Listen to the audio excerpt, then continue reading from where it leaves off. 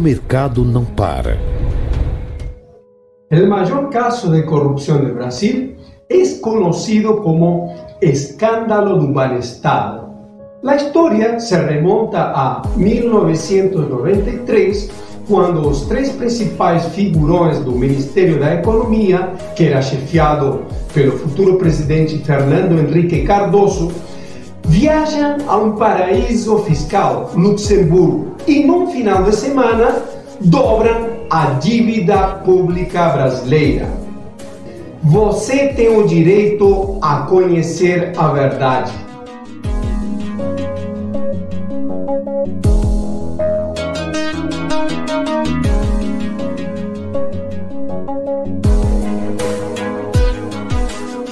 Pedro Malan, Pércio Arida e Armínio Fraga, os futuros chefes do massacre do Brasil, imposto durante os governos de FHC, pertenciam à mesma escola que tinha massacrado o povo argentino, o povo uruguaio e o povo chileno durante a sanguinária ditadura de Augusto Pinochet, no laboratório do que foi denominado neoliberalismo, que é o socialismo para os super ricos e o capitalismo selvagem e genocida para a maioria da população.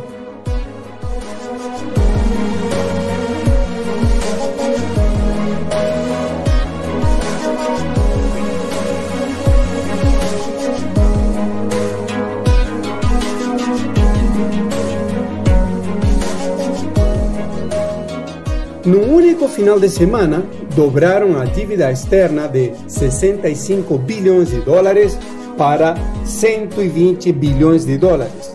Reconheceram até dívida que tinha vencido, como os 8 bilhões que tinham vencido em Nova York.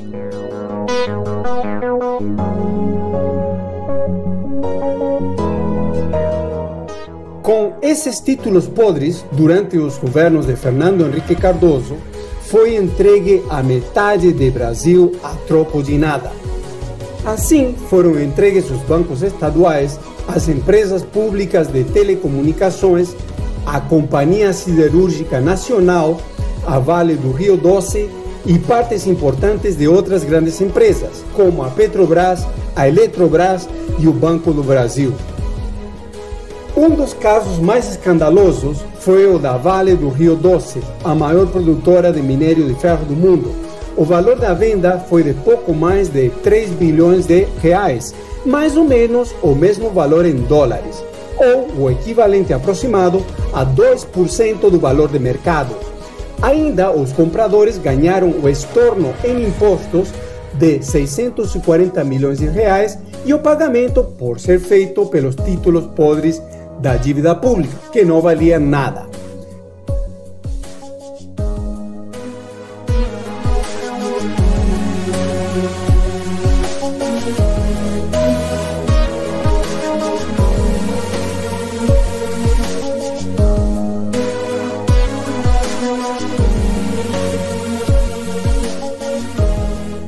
Na telefonia e nos bancos públicos, o governo brasileiro fez enormes investimentos antes de entregá-los aos abutres capitalistas a troco de nada.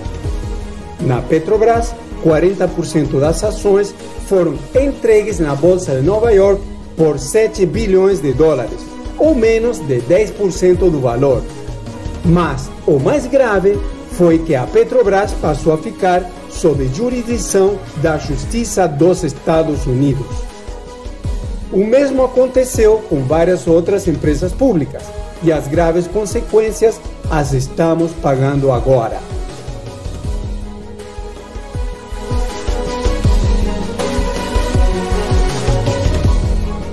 Após a privatização de parte da Eletrobras, as tarifas aumentaram em 300% em 2 anos. Todas as tarifas públicas, que são impostas como se fossem impostos, dispararam até as nuvens. Que maravilhoso é ser um empreendedor abutre capitalista, que pode decidir, por meio do controle dos governos e do parlamento, o que é legal e o que é ilegal. por meio do Consenso de Washington de 1989, impuseram maravilhas como, por exemplo, a Lei da Responsabilidade Fiscal. A partir desse ano, não existe coisa mais importante do que pagar a dívida pública deles para salvar da crise as empresas e os empresários deles. Por exemplo, no meio de uma grande pandemia, digamos o coronavírus, nada pode ser feito, nem nada pode se gastar antes de pagar a dívida pública um tanto, digamos, artificial, inventada por eles, o imperialismo norte-americano.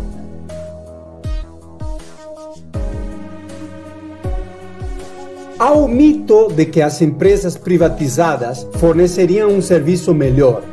Até pode ser considerando que se aplica extensivamente a política do sucatear para privatizar.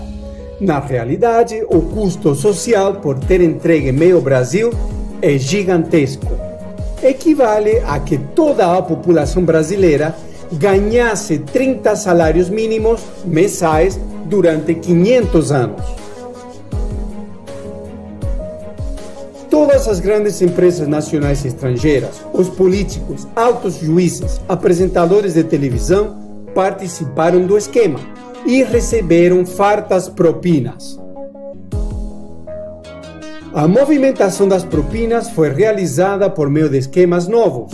Ao invés de serem usados os mecanismos dos doleiros, por meio das chamadas operações do dólar a cabo, foram utilizadas operações oficiais, por meio do Banestado, o então Banco Público do Estado do Paraná. Um grande superdoleiro institucionalizado. As transferências eram realizadas a partir da agência de Foz do Iguaçu, localizada na chamada Tríplice Fronteira entre Brasil, Argentina e Paraguai. Nesta localidade competem os agentes das potências estrangeiras, tais como os agentes da CIA, da DEA, do Mossad e outros. A eles se somam os narcotraficantes, os traficantes de armas, os contrabandistas e os doleiros, os oficiais e os concorrentes dos oficiais. Uma parte do resultado da lavagem de dinheiro das operações ilícitas que alimenta os cofres dos Estados Unidos e Israel para as operações secretas tem essa origem. As propinas relacionadas à participação na entrega de meio Brasil somaram 179 bilhões de dólares, o equivalente a 281 bilhões de hoje.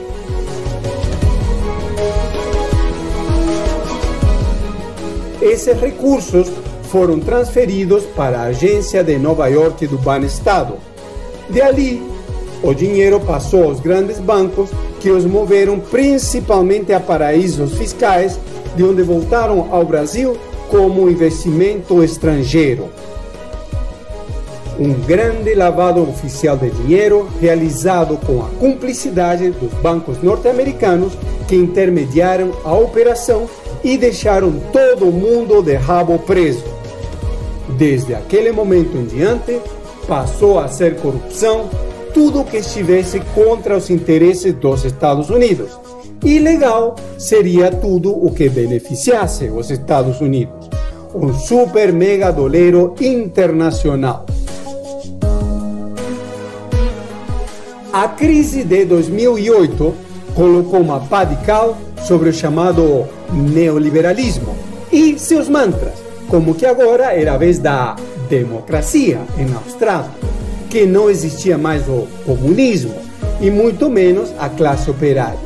Éramos todos empreendedores no maravilhoso mundo de Alice no País das Maravilhas. A crise não se fechou até hoje e se tornou tão crítica a partir de 2016 que o imperialismo vem para tomar a outra metade do Brasil que ainda não foi entregue e por métodos muito mais ferozes.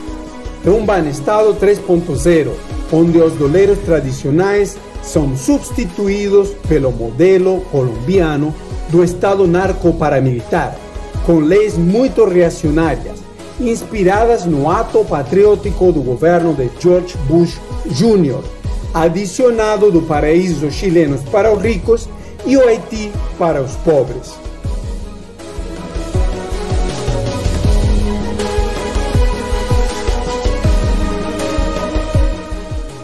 No próximo capítulo apresentaremos as evidências com recibos da maior roubalheira do Brasil institucionalizada, que foi realizada por meio do Banco Banestado.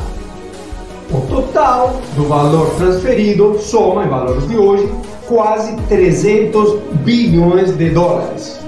Um superdoleiro oficial e institucionalizado. Você tem o direito de conhecer a verdade.